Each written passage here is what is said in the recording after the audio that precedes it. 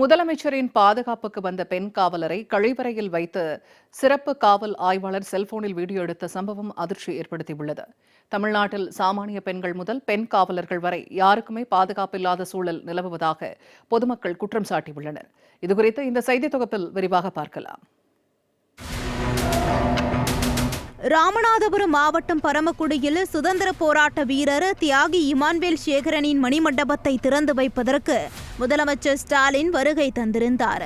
அப்போது ராமநாதபுரம் மாவட்டம் முழுவதும் பலத்த போலீஸ் பாதுகாப்பு போடப்பட்டிருந்தது.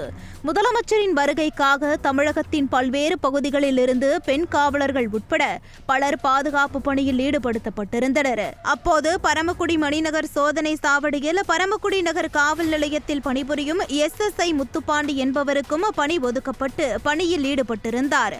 மேலும் தஞ்சாவூர் பகுதியில் இருந்து வந்த பெண் காவலர்களும் அங்கு பணியில் இருந்தனர். பெண் காவலர்கள் கழிவறைக்கு சென்று திரும்பிய போது அங்கிருந்து வீடியோ பதிவாகி கொண்டிருந்த நிலையில் ஒரு செல்போனை எடுத்துள்ளனர். அந்த செல்போன் SSI முத்துப்பாண்டியின் செல்போன் என்பதும் அதில் பெண் காவலர்கள் கழிவறையில் இருக்கும் போது வீடியோ ரெக்கார்ட் செய்ததும் கண்டு அதிர்ச்சி அடைந்தனர்.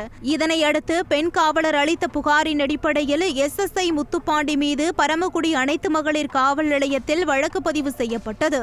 தொடர்ந்து கையும் களவுமாக பிடிபட்ட SSI முத்துப்பாண்டியை கைது செய்து ராமநாதபுரம் கிளை சிறையில் அடைத்தனர்.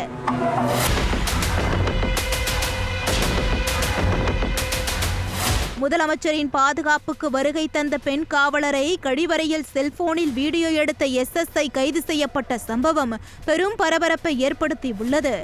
எந்த கொம்பனாலும் குறை சொல்ல முடியாத ஆட்சி தமிழகத்தில் நடப்பதாக மார்த்தட்டிக் கொள்ளும் முதலமைச்சரின் நிகழ்ச்சிக்கு வந்த பெண் காவலர்களுக்கே பாதுகாப்பு இல்லாத அவலநிலை நீடிப்பது பொதுமக்களை கொந்தளிக்க செய்துள்ளது.